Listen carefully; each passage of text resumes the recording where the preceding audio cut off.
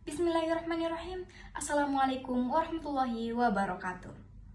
Yang terhormat Bapak Dr. Insinyur Abdul Aziz MPD selaku dosen pengampu mata kuliah telaah kurikulum dan buku teks, dan teman-teman sekalian yang saya banggakan. Pertama-tama, marilah kita panjatkan puji syukur atas kehadirat Allah Subhanahu wa Ta'ala, karena atas berkat dan rahmatnya kita masih diberi nikmat kesehatan dan nikmat kesempatan untuk melaksanakan diskusi pada pagi hari ini meskipun secara daring. Tak lupa pula kita kirimkan salawat serta salam atas junjungan kita Nabiullah Muhammad SAW.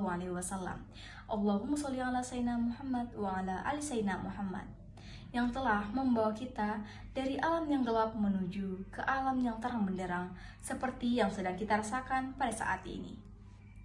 Baik, presentasi pada pagi hari ini akan dibawakan oleh kelompok 2 dengan judul Konsep dan Paradigma Kurikulum.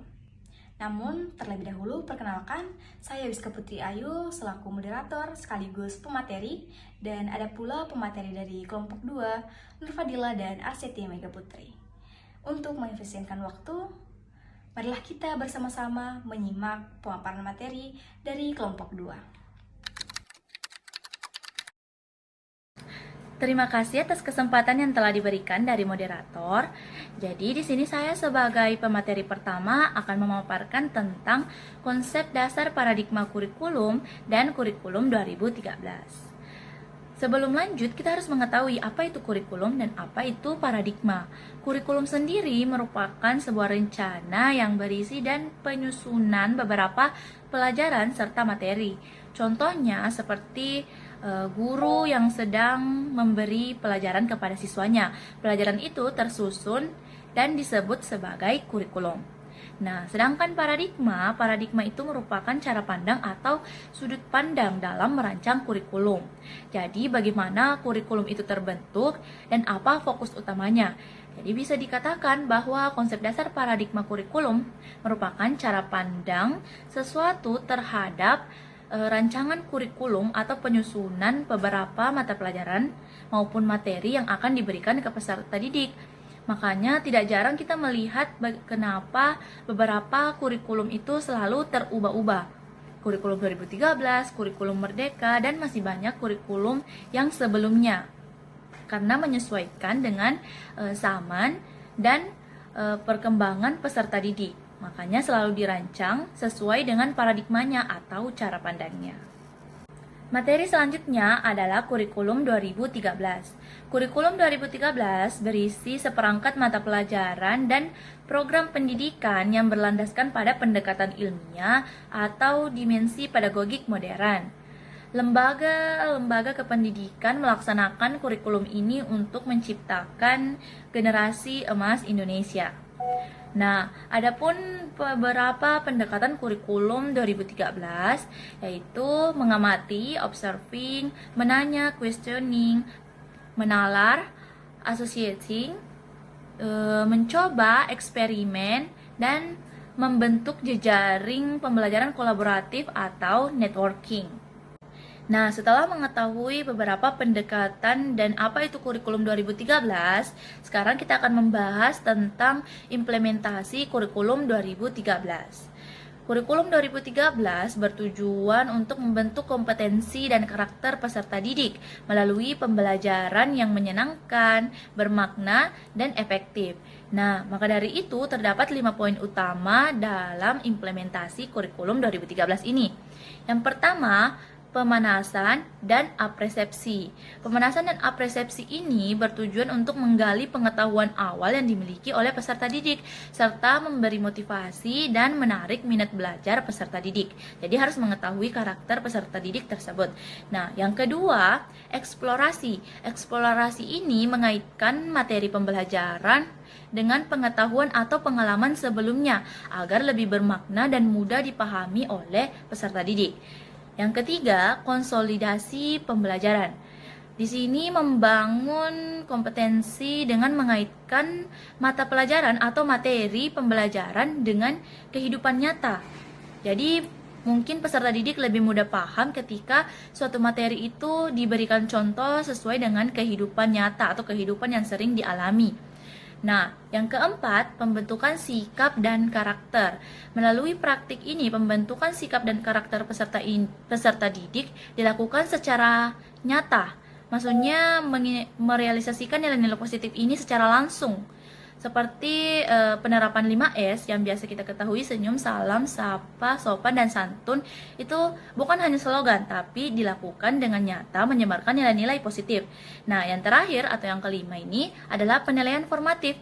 Penilaian formatif ini berisi tentang evaluasi, mengevaluasi kelemahan dan kelebihan yang dialami oleh peserta didik, serta kendala-kendala yang dialaminya agar kita bisa menganalisis apa yang dibutuhkan peserta didik sehingga bisa meningkatkan hasil belajarnya.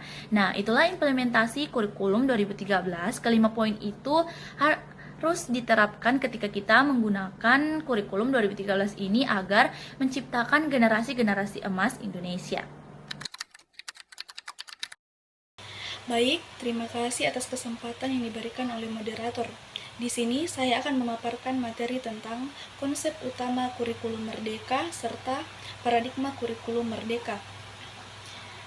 Konsep utama kurikulum merdeka adalah memberikan fleksibilitas kepada sekolah, guru, siswa agar pembelajaran lebih relevan dengan kebutuhan zaman. Selanjutnya, paradigma kurikulum merdeka mencakup beberapa struktur, di antaranya yaitu struktur kurikulum profil pembelajaran Pancasila, pencapaian pembelajaran, jumlah jam pelajaran, pembelajaran berbasis proyek, serta asesmen kolaboratif. Nah, struktur kurikulum profil pembelajaran Pancasila lebih berfokus pada iman, akhlak, kemandirian, nalar kritis, kreativitas, gotong royong, dan kebinekaan global. Yang kedua, pencapaian pembelajaran. Ini menggantikan KI atau KD yang berbasis fase perkembangan siswa. Selanjutnya, jumlah jam pembelajaran. Ini ditetapkan per tahun, bukan per minggu atau lebih ke fleksibel. Selanjutnya yaitu pembelajaran berbasis proyek. Proyek lintas mata pembelajaran isu nyata seperti di lingkungan, budaya, teknologi, dan lain-lain. Dan yang terakhir yaitu asesmen kolaboratif. Asesmen ini terbagi atas asesmen formatif dan sumatif. Dan ini melibatkan guru, siswa, dan orang tua. Apa sih itu deep learning? Nah, deep learning dalam dunia pendidikan bukan hanya sekadar menghafal fakta atau mengulang materi. Deep learning menekankan pemahaman mendalam dan bagaimana kita bisa menghubungkan konsep-konsep yang kita pelajari dengan dunia nyata. Dengan kata lain, bukan hanya tahu, tapi mengerti dan mampu menerapkan pengetahuan dalam berbagai situasi. Contoh, misalnya kita belajar matematika, bukan hanya menghafalkan rumusnya, namun, bagaimana kita menggunakan rumus itu untuk menyelesaikan masalah sehari-hari, seperti menghitung biaya belanja atau menghitung luas lahan. Prinsip-prinsip deep learning. Yang pertama, konektivitas pengetahuan. Setiap informasi yang kita pelajari tidak berdiri sendiri. Deep learning mengajak kita mengaitkan pengetahuan baru dengan pengetahuan lama, sehingga lebih mudah diingat dan diterapkan. Yang kedua, keterlibatan aktif. Belajar tidak cukup hanya mendengar atau membaca. Deep learning menekankan kita untuk aktif bertanya, berdiskusi, dan mencoba langsung. Yang ketiga, berpikir kritis dan reflektif. Kita diajak untuk tidak menerima informasi begitu saja, tapi menilai, menganalisis, dan mempertanyakan agar benar-benar paham. Yang keempat, pembelajaran berbasis masalah. Belajar melalui masalah nyata atau kasus kehidupan membantu kita menerapkan pengetahuan secara praktis. Nah, yang kelima, kolaborasi. Deep learning mendorong kerjasama dengan teman. Kita belajar dari pengalaman dan perspektif orang lain. Nah, yang kemudian keenam, Motivasi intrinsik. Kita belajar karena ingin tahu dan tertarik, bukan hanya karena nilai atau perintah. Itulah tadi pemaparan materi dari kelompok 2. Saya selaku moderator, mohon maaf apabila terdapat kesalahan kata maupun perbuatan selama video ini berlangsung.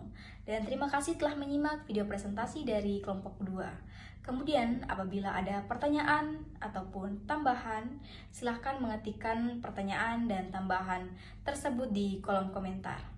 Saya Rizka Putri Ayu, pamit undur diri. Wassalamualaikum warahmatullahi wabarakatuh.